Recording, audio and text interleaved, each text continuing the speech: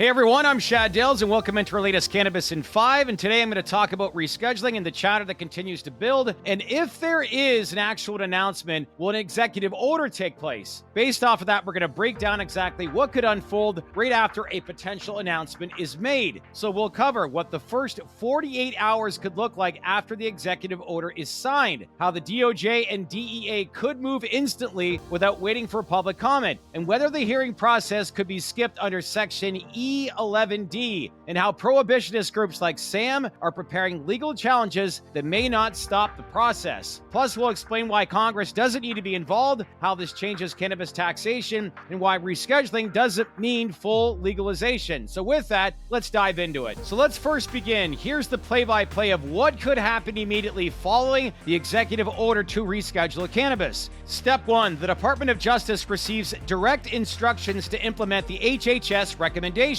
moving cannabis from Schedule 1 to Schedule 3 under the Controlled Substances Act. That recommendation is already complete. No new science is required and no new review is needed. Next, the DOJ notifies the DEA administrator, who now has authority to initiate or even bypass the public hearing process under a little-known clause, and that is Section E11D, formerly known as 21 CFR 1308. Within the first 24 to 48 hours, two things could happen. One, the DEA could publish a notice of intent in the Federal Register, announcing the move to reschedule and beginning the formal rulemaking process. Two, at the same time, the DOJ could determine that no hearing is necessary because the scientific and medical evaluation has already been completed by the HHS. And if that determination is made, the DEA could skip the public hearing entirely and go straight to publishing a final rule, rescheduling cannabis within weeks, not months. That's the legal path. No legislation, no delays, just implementation. And I'm sure a lot of you would like that. Now let's talk about why this is even possible. Under Section E11D of the DEA's rescheduling regulations, the agency has discretion to skip the standard public hearing process if the scientific evaluation is already done. And guess what? It is. The Department of Health and Human Services completed its 8-factor analysis months ago and determined that cannabis meets the criteria for Schedule 3, accepted medical use, moderate abuse potential, and some risk of dependency. Section E11D gives the DEA and DOJ legal cover to say, quote, "We've reviewed the science, the public hearing is unnecessary," end quote. Once that decision is made, then they can publish a final rule in the Federal Register, which has the full force of law. So while many assume this would take months of testimony and regulatory process, Section E11D gives the DOJ the option to fast-track the entire process. And that's the real game changer. So really, to understand how big this shift is, let's look back for a moment. Cannabis has been a Schedule 1 substance since 1970.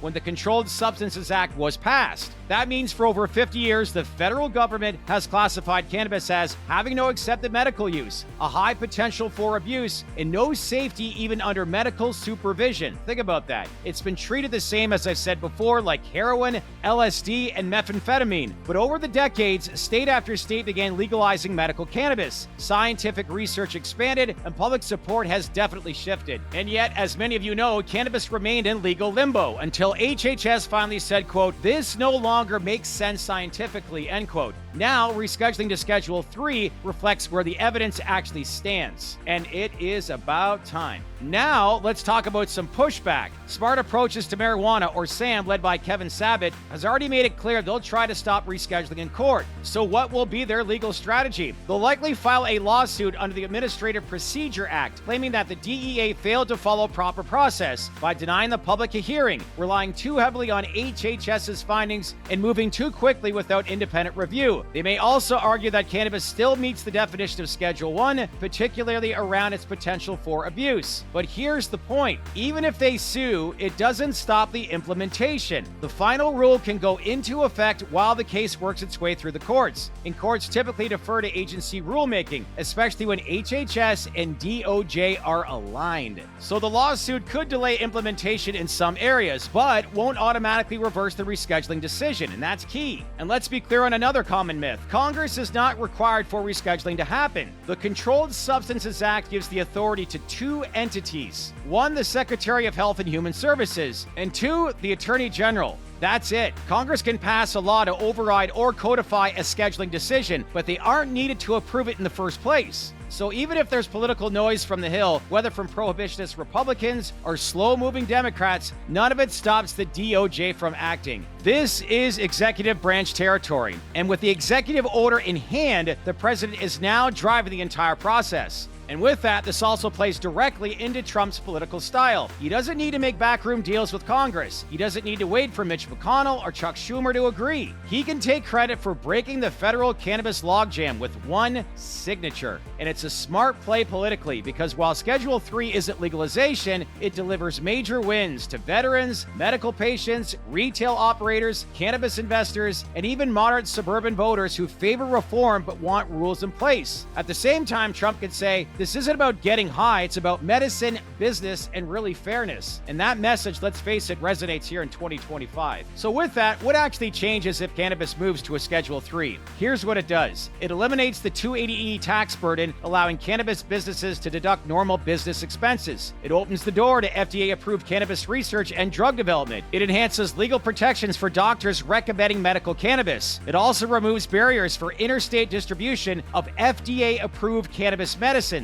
And it signals to banks and insurers that federal hostility is softening. But here's what it doesn't do. It doesn't legalize recreational cannabis. It doesn't remove federal criminal penalties entirely. And it doesn't guarantee interstate commerce for state legal flower products. And it also doesn't restore access for people still criminalized under federal drug laws. In short, it's a meaningful step forward, but it's not the finish line. But with that and this announcement, let's not forget the market. The minute the executive order hits, cannabis stocks will likely surge. MSOs, ETFs like MSOS, and ancillary companies could all see sharp increases. Media outlets will scramble to cover the move, from CNBC to Politico to Fox News, and us as well at TDR Traded Black Podcast. And let's face it, pro-reformer lawmakers, they'll cheer. Prohibitionist groups will cry foul, but Trump will control the headline. President signs order to end cannabis' Schedule 1 status. Think about that. That's a soundbite alone that could dominate for days. So with that, where does this all leave us? Right now, there is optimism that's building for a potential historic shift. The executive order could be signed, the DOJ has authority and could act immediately, and the DEA has a legal path to skip public hearings. And lawsuits, while inevitable, they won't stop the wheel from turning. So this isn't hypothetical, this is active, and the timeline, it's moving. So with that, that's it for today, and this probably is the most important and most popular topic right now in the cannabis space. So if you found this information helpful, make sure to give it a like,